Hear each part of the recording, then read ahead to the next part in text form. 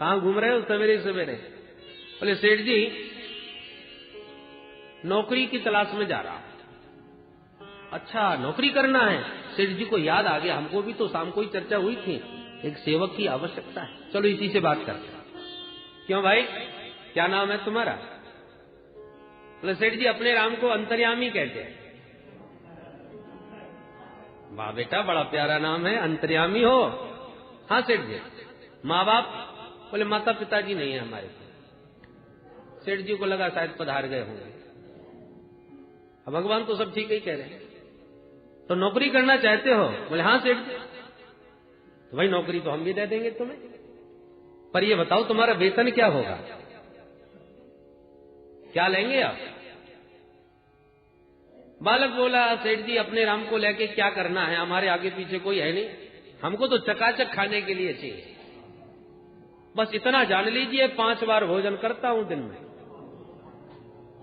और खुराक मेरी बहुत जरा अच्छी है, उसमें किसी ने रोक टोक कर दिया तो मैं भाग जाता हूं, खाने में कोई सामंजस्य नहीं, बाकी फिर और हमें इसके अलावा कुछ चाहिए नहीं। सेठ जी बोले अरे भाई तो खाने पीने की क्या चिंता, घर में भगवान का दिया सब कुछ है, आइए हमारे साथ, हम तुम्हें अपने यहां रखेंगे, हमारे यहां भाई साधु सेवा होती है, करना जानते हो? ठाकुर जी हंस करके बोले साधु सेवा में तो बचपन से ही मेरा समय लगा है, बहुत सेवा की है, बड़ा अभ्यास है साधु सेवा का। अरे तब तो बहुत अच्छी बात है, आओ। घूमते घूमते बालक को घर ले आए।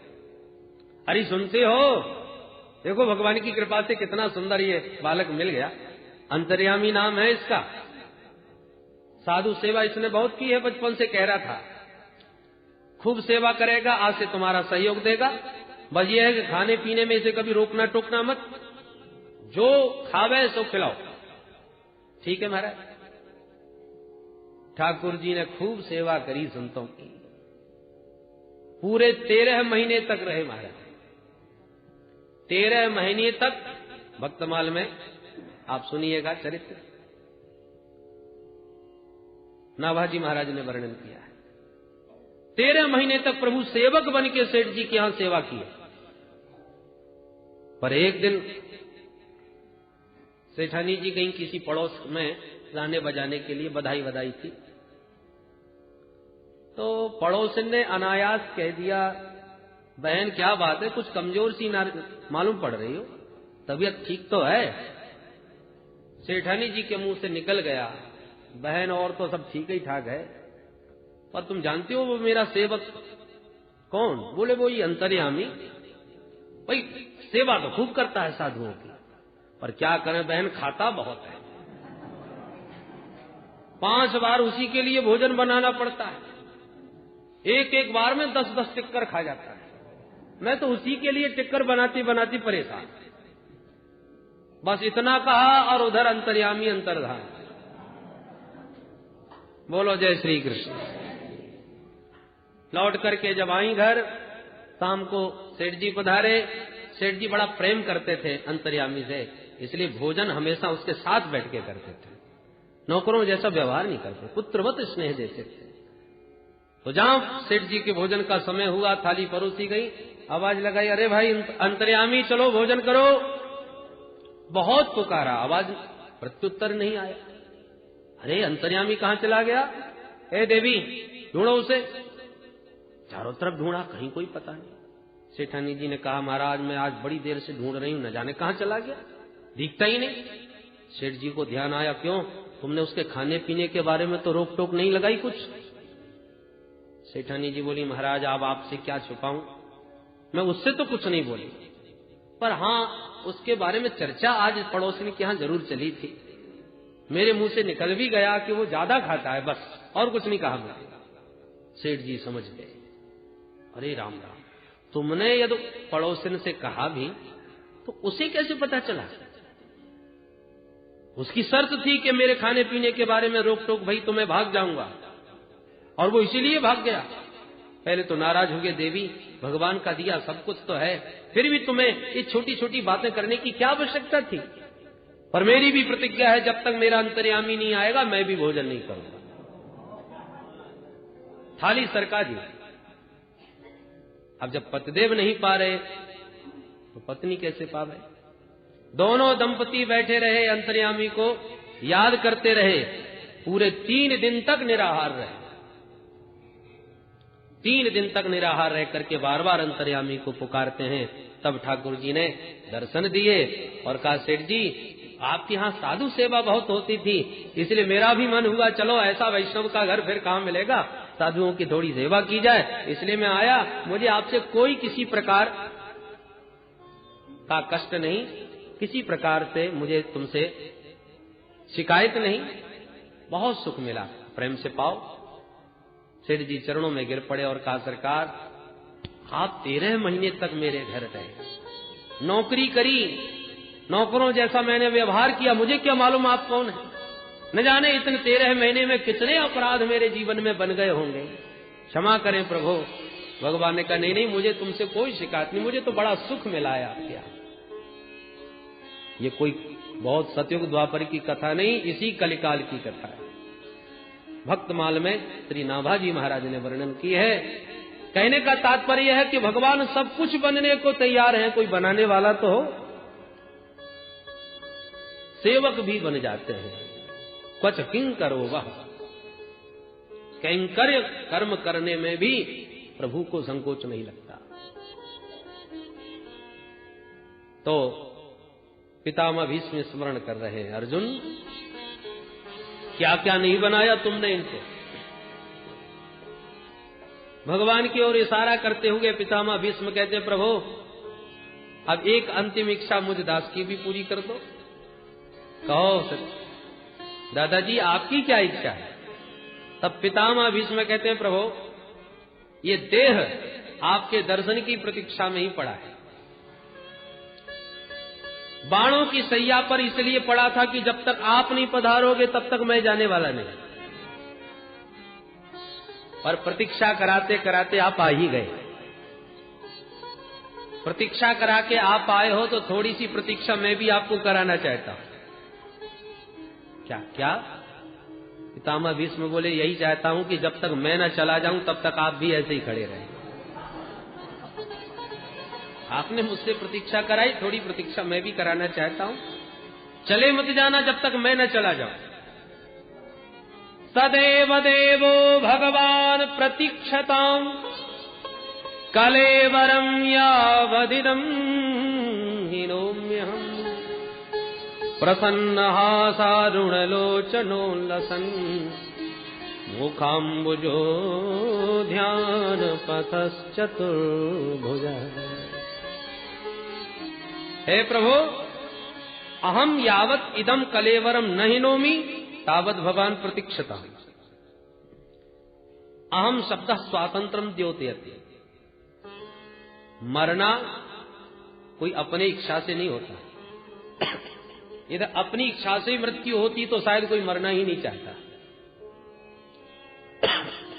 परंतु पितामह भीष्म को यह अधिकार प्राप्त है, स्वेच्छा मृत्यु का वर प्राप्त है। वो जब तक न जाना चाहे तब तक उन्हें मौत भी नहीं मार सकती।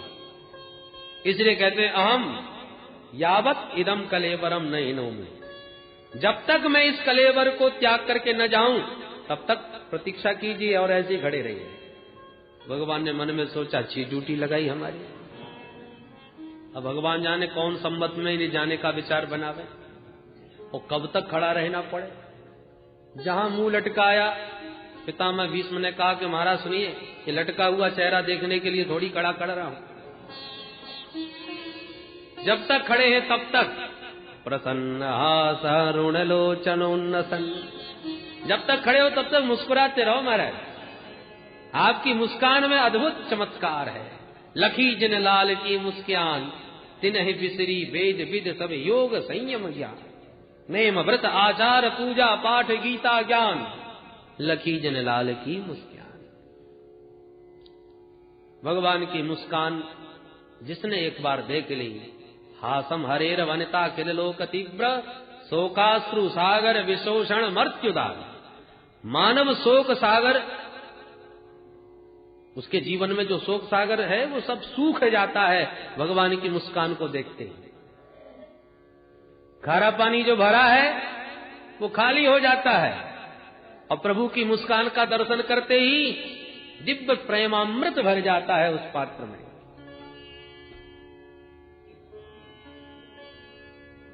भगवान की मुस्कान पर मुग्ध हो गए श्री पितामह भीष्म।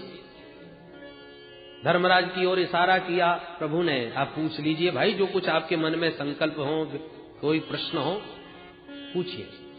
युधिष्ठिर जी महाराज प्रश्न करने लगे, पितामह भीष्म उत्तर देने लगे। बड़ा अद्भुत उपदेश दिया। इसको महाभारत में भीष्म गीता कहते हैं। जैसे भगवत गीता है महाभारत में, ऐसी ये भीष्म गीता।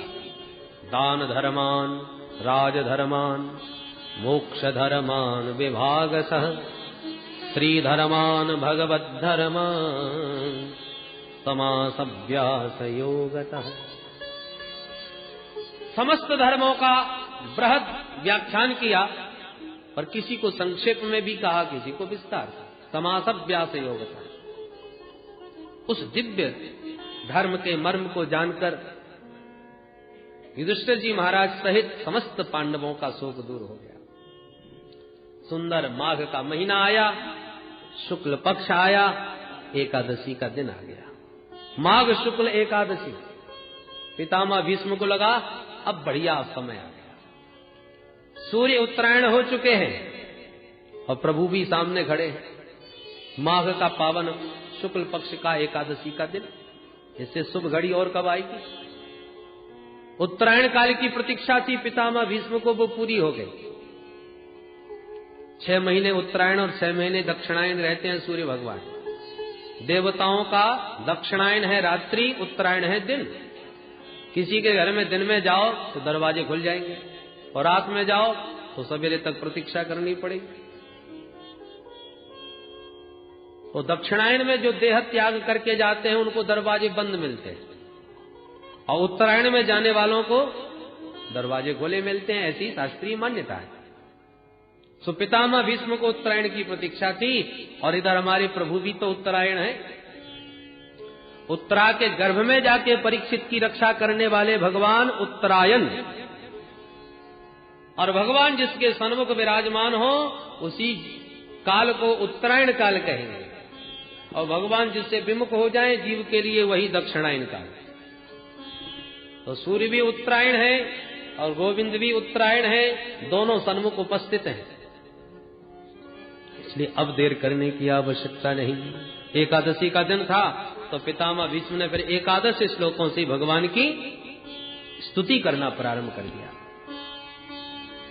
पुष्पताग्रा छंद में स्तुति कर रहे हैं कि प्रभु के चरणों में पुष्प चढ़ाने के लिए कहां से लाऊं, और प्रभु की अर्चना कुछ तो करें। तो अपने वचनों के ही सुमन पुष्पताग्रा छंद में समर्पित है।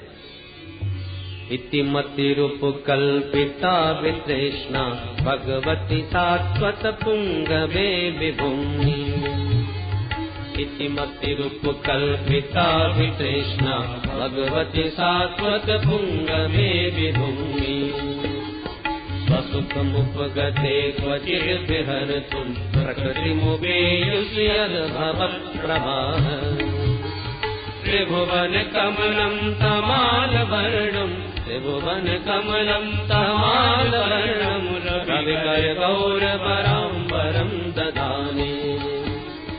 वपुरलककुलावृताननाथं विजयसखेरतिरस्तु मे नवद्या। युधितुर्गर्जो विधूम्र विश्वक् कचनुलितस्रववार्यलङ्कृतास्ते। मम निशितशरैर्विभिद्यमान वचिविलसत्कवचेषु कृष्ण आत्मा। सपति सखि वचो निशम्य मध्ये निज परयोर्वलयोरथं निवेश्य। स्थितवति पर सैनिकायुरक्षा कृतवति पार्थ सखेरतिर्ममास्तु। जपहित प्रतनामुखं निरीक्ष्य स्वजनवधाद्विमुखस्य दोषबुद्ध्या। कुमतिमहरदात्मविद्यया यश्चरणरतिः परमस्य तस्य मेस्तु। स्वनिगममपहाय मत्प्रतिज्ञा मृतमधिकर्तुमभक्तृतो रथस्थः। धृतरथ चरणोऽभ्ययाचलद् गुर हरिर्वहन्तुमिभं गतोत्तरे। बोल भक्तवत्सल भगवान की जय। ये पितामह भीष्म के द्वारा बड़ी मधुर स्तुति है। पितामह भीष्म कहते हैं, प्रभु इस देह यात्रा को संपन्न करने से पूर्व, इस चोले को छोड़ने से पहले बस एक ही छोटी सी इच्छा है कि अपनी अविवाहिता बेटी का विवाह और कर देता। बेटी कुंवारी छोड़ के जाऊंगा तो अधूरापन रहेगा। बेटी का सुंदर वर ढूंढते ढूंढते परेशान हो गया, कोई मिलता ही नहीं। भगवान मुस्कुराए, बाबा विवाह तो तुम्हारा ही नहीं हुआ, फिर तुम्हारी ये बिटिया कहां से आ गई जिसकी चिंता तुम्हें पड़ी है। पितामह भीष्म कहते हैं, इति मति, ये जो मेरी बुद्धि है ना, इसी को मैंने अपनी बेटी बना लिया है। अच्छा, तो वर नहीं मिलता? बोले महाराज बहुत ढूंढा। बेटी जैसी पढ़ी लिखी हो, सुशील हो, वर भी तो वैसा ही होना चाहिए कि नहीं? भगवान बोले क्यों, तुम्हारी बेटी कोई ज्यादा पढ़ी लिखी है क्या? बोले महाराज ऐसी बेटी आपको दुनिया में नहीं मिलेगी, कहीं नहीं मिल सकती। क्या योग्यता है? बोले वितृष्णा। मेरी मति में सबसे बड़ी योग्यता यह है कि इसमें कोई तृष्णा नहीं। अन्यथा संसार में किसकी बुद्धि है जिसमें तृष्णा न हो? कोई वित्तेषणा से ग्रसित, कोई पुत्रेषणा से, कोई लोकेषणा से। सुत वित्त लोक ईषणातीनि, सुत वित्त लोक ईषणातीनि, यही के मति इन्ह कृत न मलिनी, यही के मति इन्ह कृत न मलिनी, कहीं के मति इन्ह कृत न मलिनी, कहीं के मति इन्ह कृत न मलिनी, सुत वित्त लोक ईषणातीनि, सुत वित्त लोक ईषणातीनि। सबकी मति तृष्णा से ग्रसित है और प्रभु मेरी मति में कोई तृष्णा नहीं है।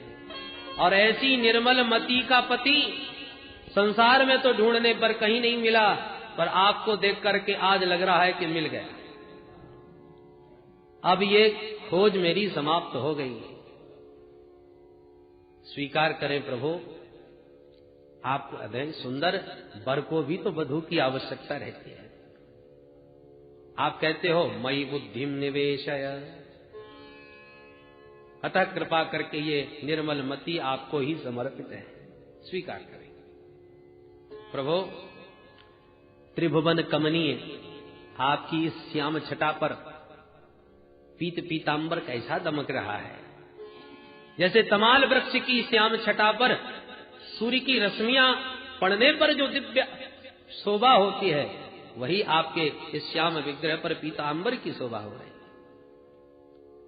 याद आता है वो क्षण जब युद्ध में अर्जुन आदेश देता था आपको, आप सारथी अर्जुन रथी, कह रहा है सैनयोर भयोर मध्य रथम स्थापय मेच्युत, ले चलो दोनों सेनाओं के बीच में मेरे रथ को, देखूं तो सही कौन कौन आए हैं मेरे से युद्ध करने के लिए।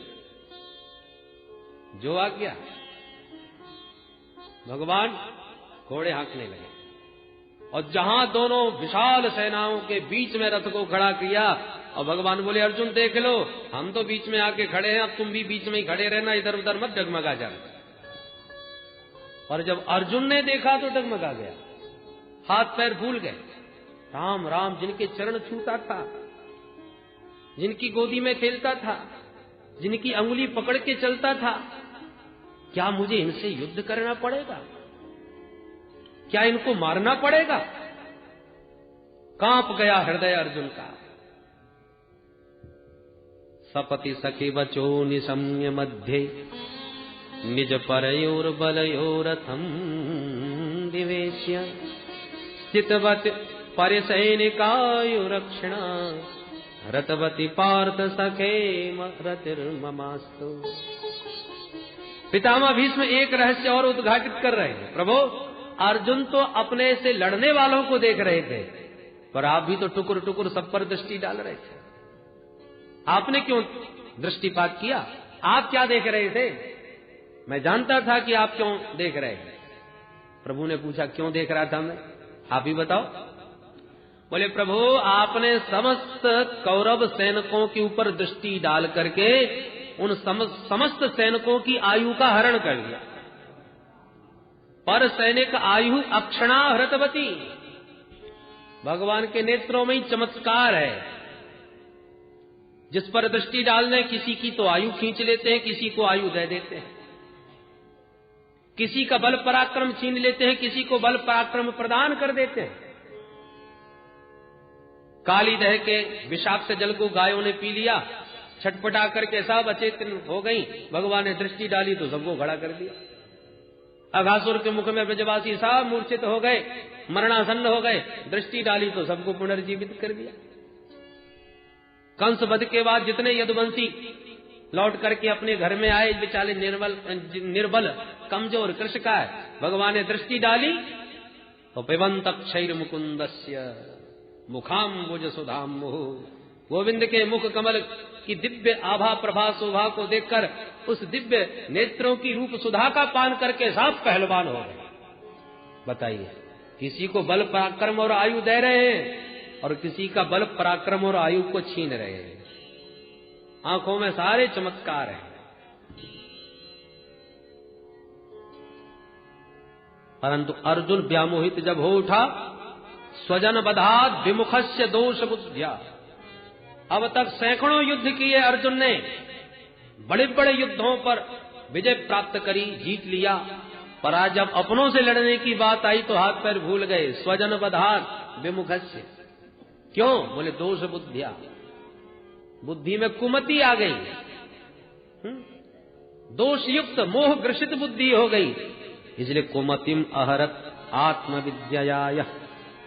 भगवान ने तुरंत आत्मविद्या गीता का दिव्य उपदेश दे करके अपने प्यारे सखा की कुमति का हरण कर लिया।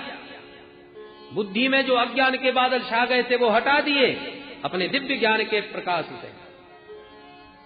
ऐसे हे विजय सखा गोविंद, आपके पाद पद्मों में मेरी खूब रति हो, प्रीति हो। पितामह भीष्म अपनी वह घटना याद कर रहे हैं। प्रभु, वो भी दिन भूलूंगा नहीं। मत प्रतिज्ञाम ऋतम कर तुम। मेरी प्रतिज्ञा और आपकी प्रतिज्ञा आपस में टकरा गई। आपका प्रण, हथियार नहीं लूंगा महाभारत में, अस्त्र धारण नहीं करूंगा, और मैंने प्रतिज्ञा कर डाली, या तो अर्जुन का प्राण जाएगा या प्रभु का प्रण। अब देखें दोनों में से क्या जाता है। तो अपने भक्त के प्राण रखने और इस भक्त के वचन को रखने के लिए आपने अपना ही प्रण छोड़ दिया। मैं जानता था प्रभु, जब जब भक्त और भगवान की प्रतिज्ञाएं आपस में टकरा जाएं, तब तब भक्त के सामने भगवान ही अपनी प्रतिज्ञा को छोड़ते हैं।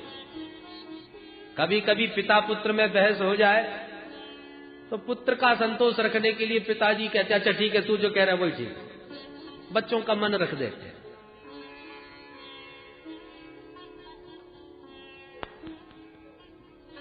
प्रभु, तीखे तीखे बाण मैंने चलाए तो आप अपने रथ के पहिया को ही सुदर्शन चक्र बना करके मुझे मारने के लिए दौड़ पड़े। धृतरथ चरणों भयात चलत गो। पृथ्वी कांप गई। आपका गतोत्तरीय, आपका पीतांबर नीचे गिर गया। लाल लाल आपके नेत्र क्रोध में भरे जब मुझे मारने को दौड़े, वो छटा आज भी मेरी आंखों में बसी है। प्रभु, ऐसे लग रहे थे जैसे किसी गजराज को मारने के लिए किसी सिंह ने आक्रमण कर दिया हो। क्रोध में भरा जैसे सिंह किसी गजराज पर झपट पड़ता है, ऐसे ही इवम हंतुम इव हरि ही इवम हंतुम इव। वो छटा आज भी मेरी आंखों में बसी है। पृथ्वी क्यों कांप गई, पीतांबर क्यों नीचे गिर गया, इस पर एक भक्त बड़ी सुंदर भावना प्रकट करते। बोले भाई, पृथ्वी इसलिए कांप गई कि इनका कोई भरोसा नहीं, ये तो प्रतिज्ञा करते हैं और भूल भी जाते हैं। अरे महाभारत में अभी अभी प्रतिज्ञा करी अस्त्र नहीं लूंगा और उठा लिया। फिर मुझे भी तो इन्होंने प्रतिज्ञा पूर्वक वचन दिया था कि देवी घबराना मत, मैं आऊंगा, तेरा भार दूर करूंगा। इन्होंने वचन दिया, मैं सुनकर के निश्चिंत हो गई कि अब मेरा भार प्रभु निश्चित दूर करेंगे, प्रतिज्ञा की है मुझसे। पर जब ये देखा कि ये प्रतिज्ञा भूल भी जाते हैं तो पृथ्वी घबरा गई। मेरी तो बहुत पुरानी प्रतिज्ञा है, कहीं उसे भी न भूल गए हो।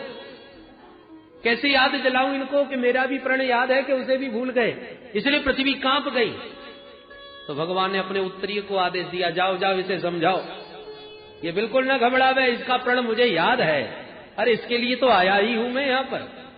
इसलिए गतोत्तरीय पीताम्बर मानो उछल पड़ा प्रभु के आदेश पर भूदेवी को समझाने के लिए। घबराना मत देवी, तो ये तो प्रभु की भक्तों के बीच में लीला चल रही है, तेरा प्रण भूलने वाले नहीं है, तू तो उनकी प्रिया है।